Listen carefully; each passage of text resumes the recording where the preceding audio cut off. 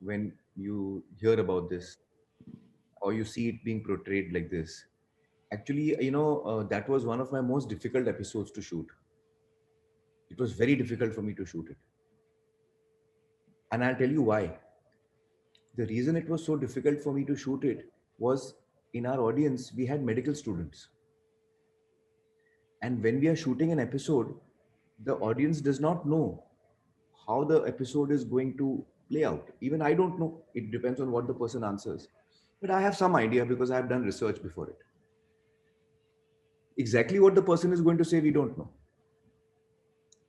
So when that particular episode started playing out, and mind you, they were all doctors saying what they were saying. The people in the show who was saying what they were saying were all doctors, or some of them were patients who had been through a certain experience. It was so troubling for me because as the episode continued, we shoot normally for about 8 to 10 hours from morning to night. Uh, the students were getting so disheartened with all the stories that were coming out. And I was getting so disheartened, and everybody was getting so disheartened. And suddenly, in the middle of the episode, I have to broke down. I find as a person, I don't ever curtail my laughter and I don't curtail my tears also.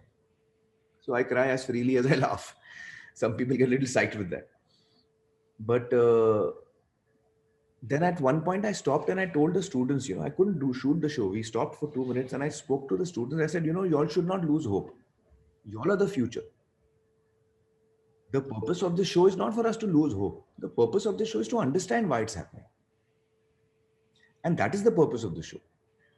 Mind you, we have the highest respect for doctors on Satyamev Jayate. Why? I'll tell you, it's not words, it's actions. In all our shows, no matter what the topic is, we have some doctor or the other giving expert advice. So we doctors have been part of Satyamev Jayate extremely in a very supportive way. And we have depended on their knowledge and their expertise in their various fields. So we have no doubt about that. And in fact, if you see that episode again, you will notice that the depth to which we have gone to understand the problem is something that a lot of people have missed out, unfortunately. I think or maybe more in the medical fraternity, I feel, because in the medical fraternity, and I understand it emotionally, I completely am with you, and I understand it, that when your brotherly is criticized, like if the films is criticized, I do get affected, even if I'm personally not criticized. I do get, I feel ashamed, I feel bad, and I understand that feeling.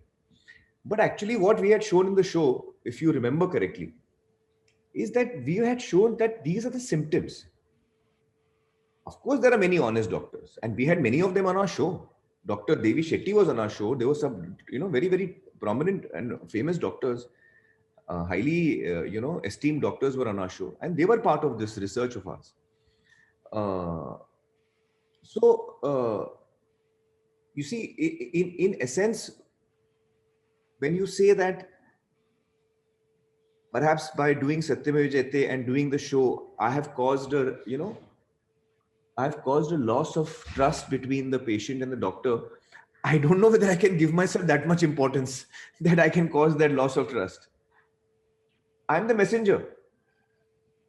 You see, if I have done something to cause you to lose trust in me, Ira may be just informing you.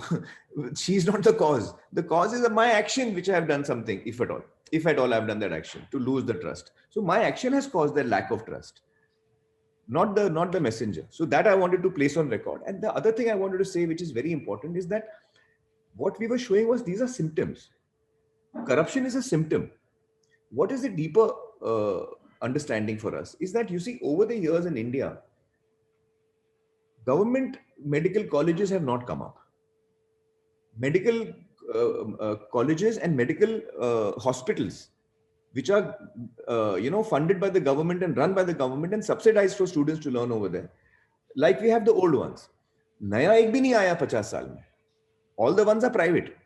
You see, all the ones are private. No public institution has come up, and that is the need of the hour. So what is the need of the hour? When we did the show, what our findings were We spend about 1.4%, at least that year it was in 2012, we were spending 1.4% of our GDP on our healthcare. And that is the problem for us. That first you increase the amount of, your budget on health, on public healthcare. Then you can start expecting doctors to be honest. There'll be money in the system. Things will function properly. Hospitals will function properly. There has to be that kind of approach, So we were trying to get to the bottom of it. What is happening in hospitals, or sometimes some doctors are doing and some hospitals are doing. I agree with you. Not everyone is doing that. That is a symptom. That is not the problem. That is a symptom. The symptom lies deeper. We as a society have to value healthcare. As a society, whether it's my child or your child or the prime minister's child or the labor force person's child, the healthcare should be identical. It should be identical. Your wealth should not be able to buy you better healthcare. The best healthcare should be available to the poor and the rich at the same rate. That is our ideal situation as a society and as a country to reach. That is why we did that show.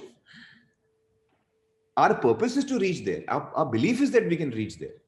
But if we don't stop and examine where we are right now, we will never be able to move ahead. First, we have to examine where we are. And that was the attempt, to examine where we are.